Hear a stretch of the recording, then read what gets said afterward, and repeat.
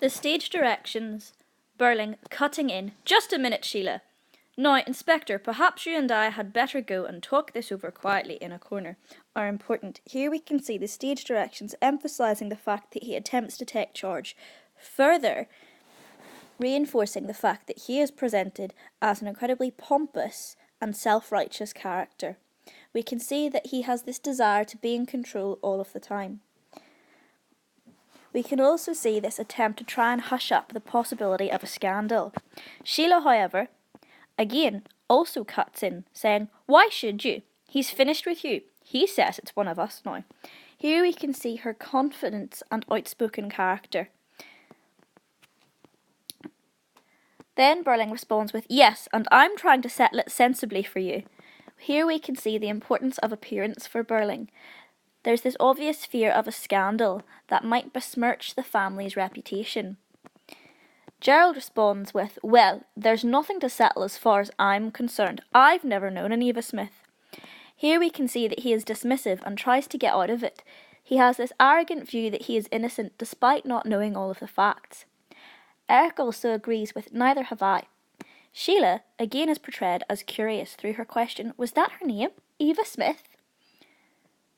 "Yes," responds Gerald in a rather curt manner. "Never heard it before."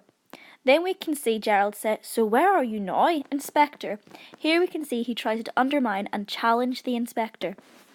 However, the Inspector is not fazed. He says, "Where I was before, Mr. Croft," in a calm, measured pace.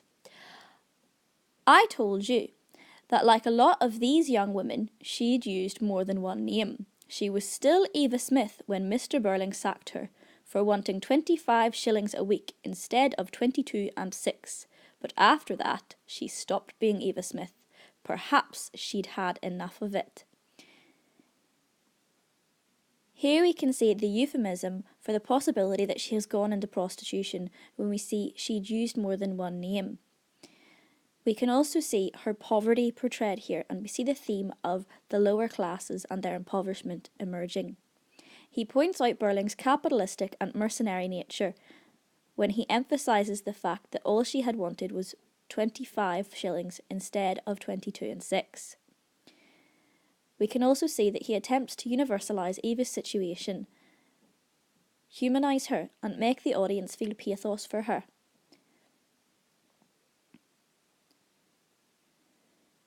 Eric responds with, "Can't blame her," and we can see that he is sympathetic to the working classes, contrasting with his father's viewpoint. Here we can see the theme of the young versus the old emerging. The younger generation are much more progressive than the older, more traditional people who are set in their ways.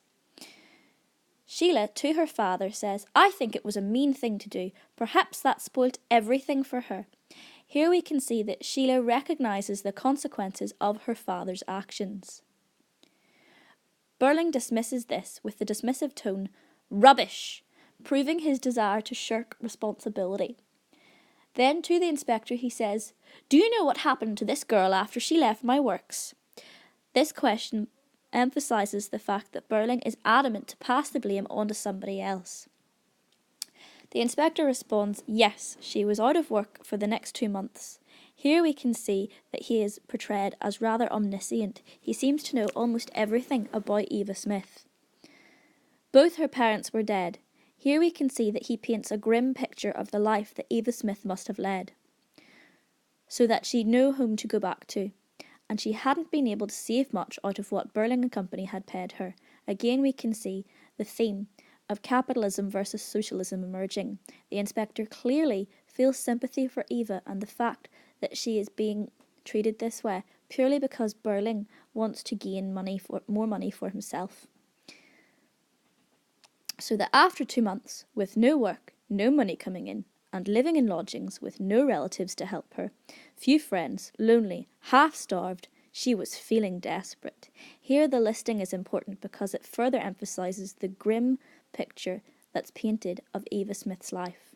We can also see the euphemistic language of feeling desperate, which suggests yet again that she possibly had to go into prostitution. The stage directions warmly, "I should think so, it's a rotten shame," emphasise the genuine nature of Sheila's sympathy. The inspector responds with, "There are a lot of young women living that sort of existence in every city and big town in this country, Miss Burling. If there weren't, the factories and warehouses wouldn't know where to look for cheap labour. Ask your father." Here we can see him pointing out the social reality. We can also see the juxtaposition of the inspector and his socialist attitude versus Burling's. Unlike Burling, he does not shelter Sheila from the truth, but rather speaks rather frankly to her. Sheila responds with, "But these girls aren't cheap labour, they're people," emphasising the fact that the inspector has had a massive impact on her already, and the fact that she has an incredibly progressive attitude. She is more open to change, again reflecting the theme of young versus old. The inspector responds dryly, "I've had that notion myself from time to time. In fact, I've thought that it would do us all a bit of good if sometimes we try to put ourselves in the place of these young women, counting their pennies in their dingy little back bedrooms." Here we can see again the theme of social responsibility being portrayed. We can see his socialist views being voiced. And there is genuine pathos for Eva Smith and the terrible tragedies that she must have had to face.